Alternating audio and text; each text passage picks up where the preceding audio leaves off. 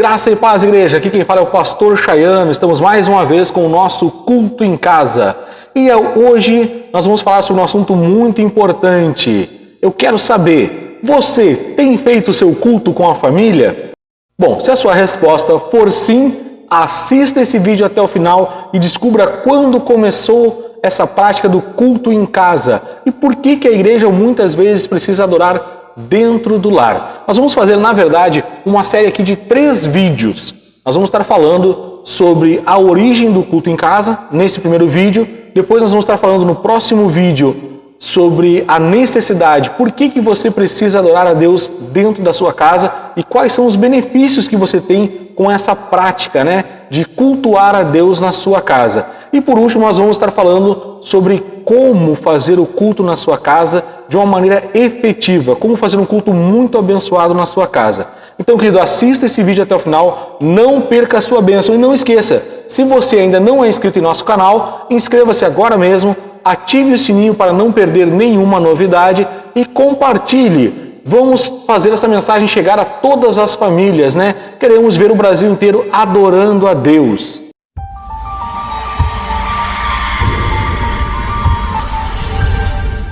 Bom, queridos, como eu falei, nesse primeiro vídeo nós vamos falar sobre a história da igreja, um pouquinho aqui sobre como começou a igreja em casa.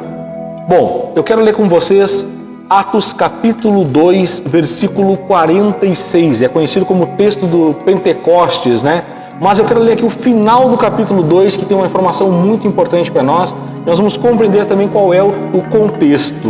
Eu não vou trazer muitos versículos da Bíblia, mas eu vou trazer para você o contexto histórico do culto em casa.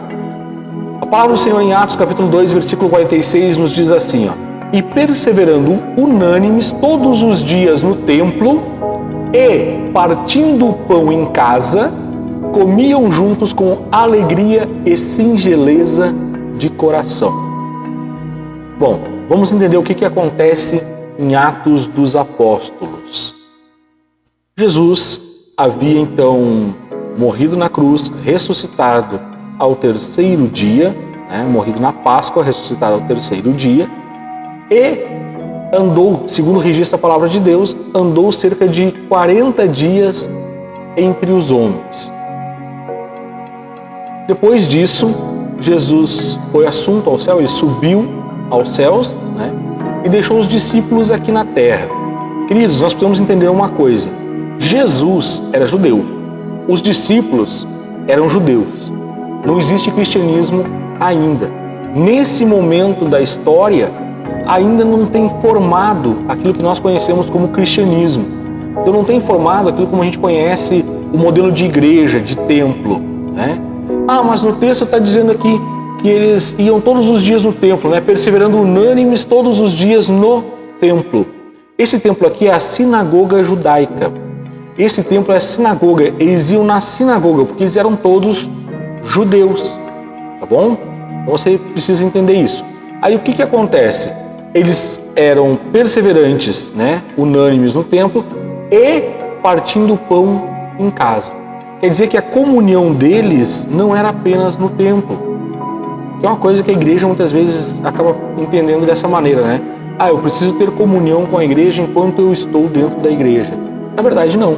Na verdade, a verdadeira comunhão, a verdadeira amizade, o verdadeiro relacionamento, você faz fora do templo, Você faz dentro de casa. E olha que interessante, uma informação aqui muito importante para você que é evangélico, para você que é cristão, ou para você que está aprendendo um pouco da palavra de Deus, enfim, não tem uma definição ainda, se é evangélico, católico, tanto faz, viu, querido? Mas uma informação muito importante, principalmente para os crentes aqui. Eles comiam juntos com alegria. Isso o crente sabe fazer muito bem, queridos. Então fica tranquilo, viu, que não é nós crentes agora que começamos com esse hábito. Isso já é muito antigo, viu? Já faz parte da tradição do cristianismo, repartir o pão em casa e fazer isso com muita alegria. Bom, amados, nesse período, como falei, existia apenas o judaísmo. E o judaísmo começa a perseguir aqueles que também eram judeus, mas falavam de Cristo. Porque lembra que foram os judeus que prenderam a Cristo. Os judeus não queriam uma nova religião em Israel. Na verdade é isso que acontece, Eles não queriam essa mensagem de Cristo em Jerusalém e em Israel. Então eles começam a perseguir. Primeiro eles perseguiram Jesus, crucificaram, e depois eles começam então a perseguir os discípulos, os apóstolos, perseguir todo aquele que confessa o nome de Jesus. Eles passam a perseguir todos aqueles que falam de Cristo, né? Essa é a primeira perseguição da igreja no primeiro século da era cristã. Mas depois disso nós temos uma perseguição muito pior, que é a perseguição do Império Romano. O Império Romano deflagra uma perseguição contra a igreja também, contra os cristãos, né? E aí a coisa fica muito severa. E essa perseguição ela vai durar mais de séculos ali. Mas eu quero resumir aqui a história para você. Mas dentro dessa perseguição, tanto judaica quanto depois a perseguição do Império Romano, os cristãos eles não tinham um templo. Então onde é que eles se reuniam? Nas casas. Nas casas, eles compartilhavam do pão nas casas, eles compartilhavam da palavra de Deus nas casas, né? E isso nos dá uma outra compreensão. Queridos, o Evangelho, a base dele sempre foi dentro do lar, sempre foi dentro da família. Nós que institucionalizamos, né, a igreja, achando que o culto ele é só dentro do templo. É importante, conforme o versículo que nós lemos, essa comunhão no templo. É importante que você tenha instrução da palavra de Deus no templo. Mas é importante que a palavra de Deus esteja dentro da sua casa. Agora falando da história, né? Por que a igreja começou então a cultuar nas casas, primeiramente? Pela perseguição, obviamente, pela crise, pela dificuldade, né? E aqui nós temos uma grande lição, que a igreja, quando é perseguida, quando o inimigo ele realmente nos persegue, a igreja ela não termina. A igreja, na verdade, ela se multiplica, porque ela se multiplica nas casas. Você tem um templo, uma igreja, dependendo do tamanho, cabe 100 pessoas, cabe 200 pessoas, cabe 1000 pessoas. Mas quando a igreja está na casa, você tem uma família inteira, você tem famílias e mais famílias cultuando, né? E isso é maravilhoso, ou seja, a igreja cresce quando o evangelho vem para dentro de casa. E esse evangelho vem para dentro de casa mediante as dificuldades, mediante os momentos de crise no evangelho, os momentos de crise onde a igreja é perseguida. Agora uma coisa, quando nós falamos de igreja perseguida, nós podemos falar da perseguição judaica, perseguição romana, né, que são no começo da história do cristianismo, né? Ou seja, os primeiros cristãos eles sofreram muita perseguição. Quando a gente fala de perseguição, muitas pessoas podem me responder: mas pastor, eu estou sofrendo uma perseguição no meu trabalho, eu estou sofrendo uma perseguição dos meus vizinhos porque eu sou cristão, porque eu me converti, porque eu aceitei a Cristo, porque eu sou crente ou evangélico, eu estou sofrendo perseguições. Querido, se você mora no Brasil, você não sabe o que é perseguição, tá bom? No máximo algum bullying, no máximo alguém tira sarro, alguém fala alguma bobagem para você. Isso eu ouvi desde que eu me converti. Desde o ensino médio, as pessoas podiam fazer piada, né? E depende da maneira que você reage, as pessoas começam a respeitar o teu cristianismo. Mas isso não é uma perseguição, porque você não está vendo no Brasil pastor sendo preso por pregar o evangelho. Você não está vendo no Brasil as igrejas serem fechadas, né, por pregar o evangelho. Mas existem restrições agora no momento de pandemia. Bom, existe uma pandemia mundial, né? As restrições elas se fazem necessárias e vamos cumprir as regras, vamos continuar cultuando tanto no templo quanto em casa. Mas nós não somos proibidos de adorar a Deus, nós não somos proibidos de cultuar. Então nós não estamos ainda vivendo um momento de perseguição. Mas a perseguição ela não é apenas histórica. Ela não é somente lá no primeiro século da era cristã, segundo, terceiro século da era cristã.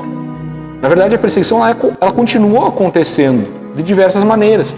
E hoje, nos nossos dias, não existe perseguição aqui no Brasil. Foi bem claro nisso, né? Aqui no Brasil não existe ainda essa perseguição. Mas nossos irmãos em Cristo, em outras nações, têm sofrido severa perseguição. Quer ver um exemplo? Na China. Exatamente, a China agora está em alta, né? A China é o governo comunista e lá eles têm demolido muitas igrejas. Por quê? O argumento deles é usar como prédio comercial, né? Ou o prédio é muito bonito ou muito grande, enfim, tem aparecido demais. E aí o governo, com esse argumento, vai lá e demole a igreja. Isso aconteceu, se não me engano, no mês passado, agora na China também, né? Demoliram a igreja porque ela era muito grande e eles queriam utilizar como um prédio comercial. Quando isso acontece, o que os cristãos precisam fazer? cultuar em casa. Tá bom? Na verdade, querido, eu quero citar aqui uma fonte, né? E você pode acessar, eu vou colocar o link para você também na descrição desse vídeo, que é o site Portas Abertas, né? portasabertas.org.br. Apoie o Portas Abertas, incentive, porque é uma organização que tem ajudado a igreja perseguida.